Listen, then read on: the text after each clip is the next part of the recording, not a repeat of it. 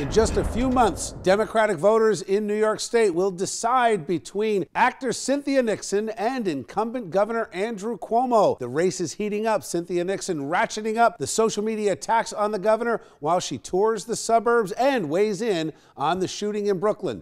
John Shumo has the details. John, what do you got for us? Bill, Cynthia Nixon launched into a 10-tweet tirade against the governor and his leadership yesterday afternoon. It certainly garnered a lot of attention. This morning, she was right back at it, inserting herself in the debate over the controversial police shooting in Brooklyn. Nixon tweeted, "Yesterday, Saheed Vassell was shot and killed by police in Brooklyn. When we say we're going to address gun violence, that must also include the shootings of unarmed Black men and women by the police." For hashtag Black Lives Matter. Now, in her third week of campaigning, the former Sex and the City star is covering all the bases. She visited a NYCHA public housing development. She rode the subway, met with families in Hoosick Falls. This is an area outside of Albany where residents are fighting the government over contamination of their drinking water.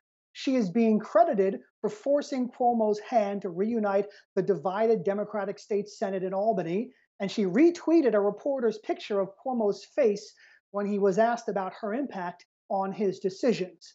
The actress turned activist turned candidate is turning heads. Well, normally the playbook for an incumbent who has presidential aspirations is to run up the numbers in a victory as high as possible.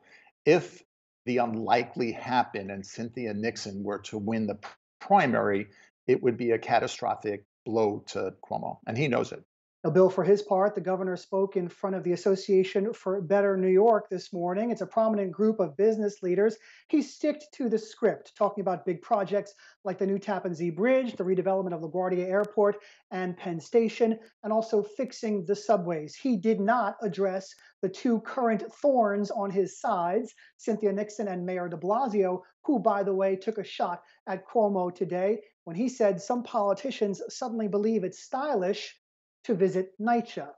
So are the days of our lives here in New York. Bill? John, let me ask you, are there any recent polls that have come out? I know a poll a few weeks ago came out and it was very lopsided in favor of the incumbent governor, but has anything else come out? Last I saw was that same poll, Siena College, and it was lopsided in front of the incumbent, Governor Cuomo, as it should be when this race is at the beginning stages.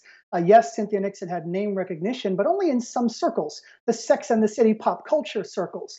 She also had some traction as an activist, specifically in education issues, but again, sort of a small circle of people. Now, though, she is getting a lot of attention from you, from me, from people in the media, and that certainly will affect her next poll number. Okay. Thanks, John. Appreciate it.